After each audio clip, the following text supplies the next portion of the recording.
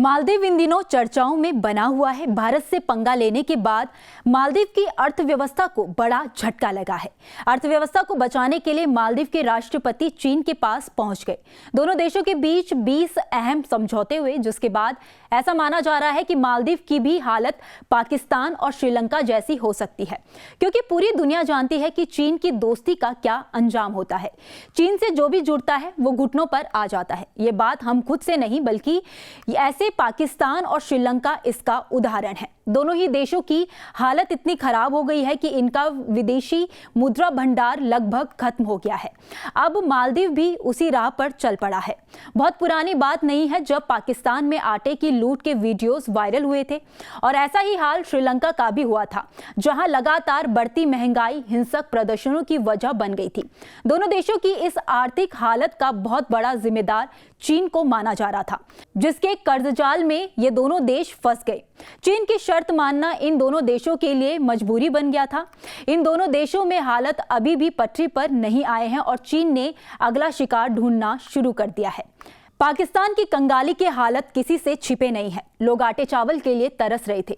पिछले साल मई से शुरू हुई महंगाई का सिलसिला पिछले साल नवंबर में और ज्यादा बदतर हो गया। खाने पीने की चीजों के दामों ने आसमान छुआ और महंगाई बढ़ती चली गई।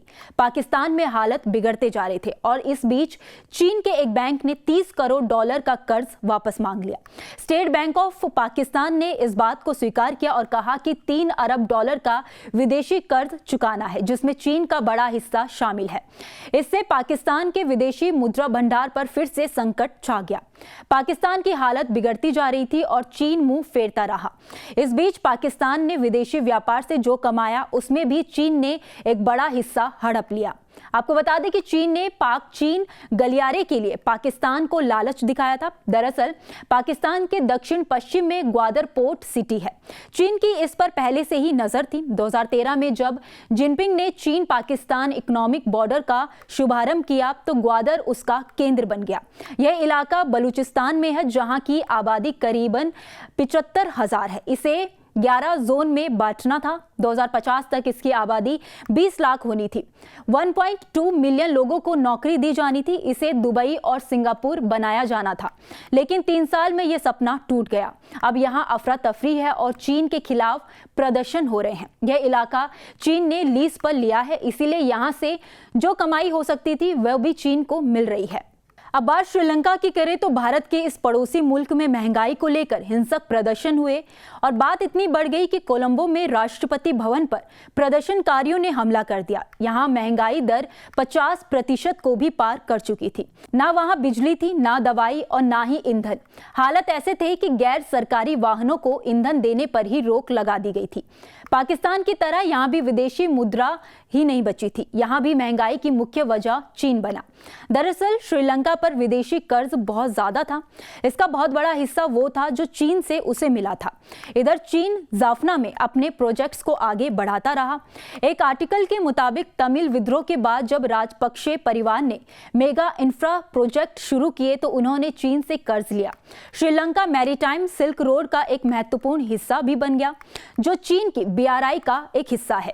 ऐसे में श्रीलंका कर्ज के जाल में फंस गया। जब श्रीलंका गंभीर संकट से गुजर रहा था, उस वक्त तत्कालीन विदेश मंत्री वांग यी कोलंबो गए। श्रीलंका ने नए लोन की उम्मीद लगाई, लेकिन वांग ने IMF से बातचीत कर श्रीलंका की दुर्दशा से आंखें फेर ली। चीन की BRI यानी बेल्ट एंड रोड इनिशिएटिव एक वैश्विक संपर्क परियोजना है। इसका मकसद यूरोप से सीधे एशिया को जोड़ना है। इसमें विकासशील देशों को शामिल किया गया है। खासकर छोटे देशों को चीन पहले लोन देकर फंसाता है। इससे उनकी संप्रभुता प्रभावित होती है। इसके बाद जब हालत प्रभावित होते हैं, तो फिर कर्ज वापसी का दबाव बनाकर चीन संबंधित देशों से वो सब कराता है जो वो नहीं करना चाहते हैं। वहीं अब ऐसा माना जा रहा है कि पाकिस्तान और श्रीलंका के बाद अब चीन की रडार पर मालदीव है। दरअसल मालदीव के राष्ट्रपति मोइजू चीन के 5 दिन के दौरे पर गए थे। उन्होंने चीन के साथ 20 से ज्यादा प्रोजेक्ट्स साइन किए। इससे पहले मालदीव सरकार के मंत्रियों ने PM मोदी की लक्षद्वीप यात्रा का मजाक उड़ाया था। भारत की कूटनीति के दबाव में मालदीव सरकार ने इन मंत्रियों को सस्पेंड कर दिया। इसके बाद मोइजू चीन गए और वहां ड्रैगन की तारीफों के पुल बांधे, जो शायद आने वाले वक्त में उनके लिए मुसीबत बन सकता है। खैर, इस वीडियो में इतना ही। इस वीडियो को लेकर आपकी क्या राय है, आप हमें कमेंट सेक्शन में जरूर बताइएगा।